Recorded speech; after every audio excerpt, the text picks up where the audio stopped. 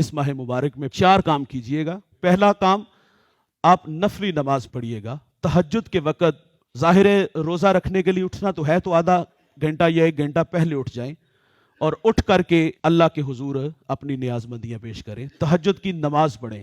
فرض نمازوں کے بعد جو سب سے افضل نماز ہے وہ تہجد کی نماز ہے، اور حضور نبی رحمت صلی اللہ علیہ وسلم فرماتے ہیں مومن کی عزت و عظمت قیام اللیل میں ہے، یعنی کہ تہجد کے وقت میں بندے کی عزت اور عظمت بڑھتی ہے۔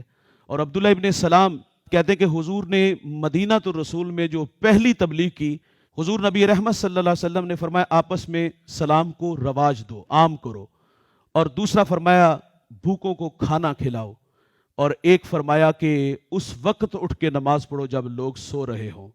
پچھلی راتی رحمت رب دی کرے بلند آوازہ، ہے کوئی بخشش منگن والا کھلائے دروازہ، اور فرمایا کہ پھر سلامتی کے ساتھ تم جنت میں داخل ہو جانا۔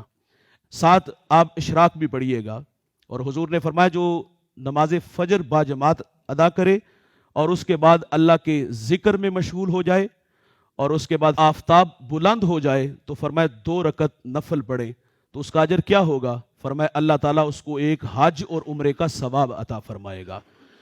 چاشت کی نماز بھی پڑھیے گا۔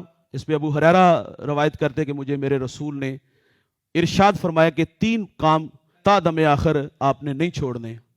ایک کیا فرمایا کہ ہر ماہ 3 دن کے روزے رکھنا، اور دوسرا فرمایا چاشت کی نماز پڑھنا، اور تیسرا فرمایا کہ وطر پڑھے بغیر نہیں سونا۔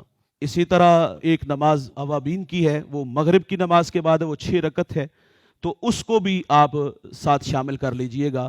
اس ماہ مبارک میں نفلی نماز کو پابندی سے ادا کریں گے تو غیر رمضان میں بھی اللہ تعالیٰ تہجد کے سجدے ضرور نصیب فرمائے گا۔ اور دوسرا، اس ماہ مبارک میں قرآن مجید کی تلاوت کثرت سے کیجیے گا۔ حضرت عبداللہ ابن مسعود فرماتے ہیں اگر کوئی شخص یہ چاہتا ہے کہ اللہ رسول اس سے محبت کرے، فرمایا صرف اتنا غور کر لے کہ اس کا قرآن مجید سے تعلق کیسا ہے۔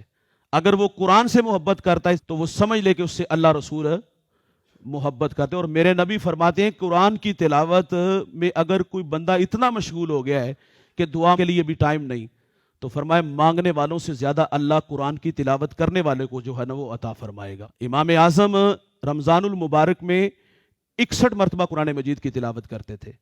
امام شافعی مکہ سے مدینہ سفر کرتے ہیں، آپ فرماتے ہیں میں نے 16 دنوں میں سفر کیا، 16 دنوں میں میں نے 16 مرتبہ قرآن مجید کی تلاوت کی۔ تو اس ماہ مبارک میں قرآن مجید کی تلاوت کثرت سے کیجئے گا، اور تیسرا ذکر کی کثرت کیجئے گا۔ اٹھتے بیٹھتے آپ درود شریف پڑھیں، آپ استغفار پڑھیں، جو مسنون دعائیں ہیں، جو ہے وہ ذکر ہے، وہ آپ کثرت سے کیجئے گا۔ اور آخری چیز، اس ماہ مبارک میں دعاؤں کی بھی کثرت کیجئے گا، کیونکہ حدیث کے لفظ سے اللہ فرماتا ہے میں زندہ بھی ہوں کریم بھی ہوں۔ جب کوئی بندہ میرے حضور ہاتھ اٹھا کے دعا مانگتا ہے، مجھے حیا آتا ہے کہ میں اپنے بندے کے اٹھے ہوئے ہاتھ خالی کیسے موڑوں۔